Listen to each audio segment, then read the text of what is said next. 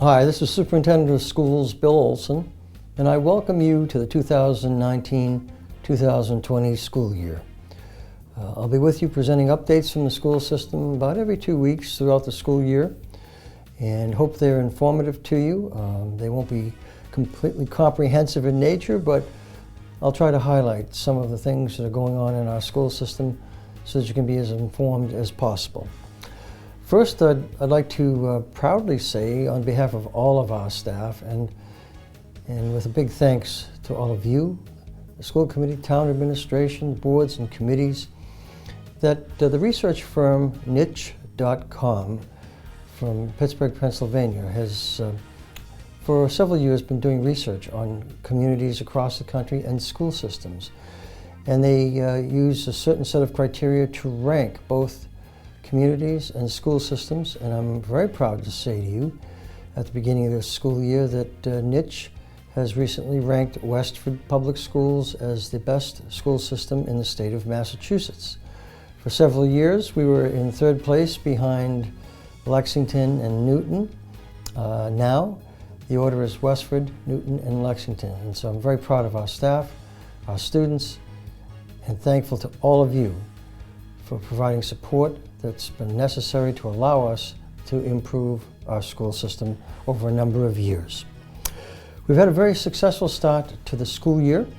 One of the interesting facets is that I had anticipated a considerably higher number of students moving into the new Hanover properties, the apartment complexes down off 110. That occupancy has been a little bit slower than I and everyone else anticipated, and the demographics of the occupants seem to be a little bit different than other complexes like that. To this point in time, we have relatively few students from the one apartment complex that's certainly most nearly completed in terms of the construction phase. What happens periodically is apartment complexes are either occupied by younger families with school-aged children, empty nesters, or young professionals. And it appears, at least in the short term, for the immediacy of the opening, within the immediacy of the opening of the Hanover property, the first apartment complex, there seems to be empty nesters and young professionals with a lesser amount of families with school-aged students. So we'll have to keep a careful eye on that over the next 2 to 2.5 years to see what enrollment increasing impact the apartment complexes, along with all of the other new developments, and there are a considerable number of new developments in town, what they create for our enrollment. I can't thank all of you enough, and members of our staff, our students, children throughout the town, adults, committees, boards, administration, for your support of Principal Kevin Lacoste. As you know, Kevin was seriously injured with a very serious spinal cord injury in July. It's been approximately 2 months now since that injury. I want to thank, in particular, Nancy Cook and all of the staff, volunteers, and contractors who she has assembled to do modifications on Kevin's house through donations from the community. It's been an extraordinary effort and a real indication of how much this great principal and this great man is beloved in the town of Westford and surrounding communities. At the present time, we are looking to implement some recommendations from the Guidepost Corporation report on school and town building security measures. We have some security measures that are being implemented shortly and will be continuing to be implemented throughout the entire year and into next summer. That was a very valuable report in helping us to understand what our strong points are and what our weak points are in terms of building security, leading to the safety of our students and our staff. At the present time, we are also meeting with Health Management Associates, a company from Albany, New York, who the town has contracted with also, to do a gap analysis study of mental health services in our school system and in the town. The importance of linking those two studies, the school security and the mental health study, is that we know that according to statistics from the FBI and the CIA, that school shooting incidents occur because of the accessibility to weapons by people who oftentimes shouldn't be in possession of them, but also emanate from mental health issues. And so it's extraordinarily important that we try to understand and connect with our students, our staff, and our community to the greatest extent possible to help try to avoid any potential danger. I've just recently presented my goals to the Westford School Committee. The goals are quite variable in terms of what they're seeking to address. We want to address the social emotional learning of our students throughout the entire school system.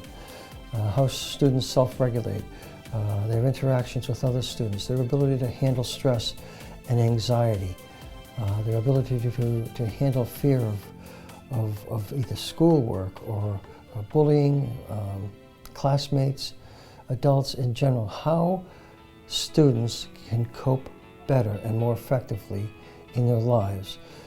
The significance of that is that has been shown to be crucial to creating a safe mindset for students in classrooms so that they can maximize their ability to focus and learn and acquire all of the concepts that teachers are trying to present.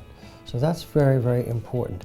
One of the other objectives is to increase authentic learning experiences. One of the things that I'm particularly looking to pursue is continue our working relationship with Neshoba Valley Technical High School and creating a partnership where some of our high school seniors, to begin with, can spend some of their internship time in the shops at Neshoba Tech. So what's the significance of that, and why would I want to pursue that? Well, because the Massachusetts Business Alliance for Education contracted with a research firm to survey corporations in terms of how we can better prepare students for college, careers, and citizenship. And one of the key findings was that many corporate leaders feel that students need more vocational experience and exposure. And so that's the intent of my goal, is to bring those vocational experiences closer to our Westford Academy students. I'm also going to convene a meeting of business leaders after the first of the new year in 2020. I've done this several times in the past. We'll have about 25 business leaders of major corporations meeting with us to discuss college, career, and citizenship, and how those all relate to the workforce and the skills that are currently desired and the future job skills that employers will be looking for. The significance of this, once again, is the research done for the Massachusetts Business Alliance for Education indicated a desire of corporate leaders to have closer contact and communication and collaboration with local school districts. We've been doing this for about 10 to 12 years now, and we will continue to do it so we can understand the nature of workforce needs. I'll be working with some local corporate leaders on that, and I'll be working with the officials of Babson College. The Chief Operating Officer has met with me, and we are going to pursue and facilitate that conversation with our business leaders. We need special education van drivers. If you know anyone, or if you are interested, you just have to obtain your 7D, what's called a classification of 7D license to drive a van for special needs students.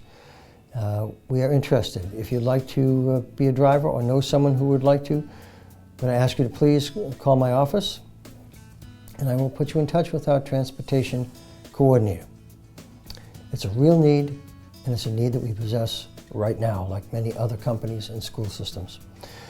On that note, I'm going to close by just saying that please obey the 20-mile-per-hour flashing lights around school zones.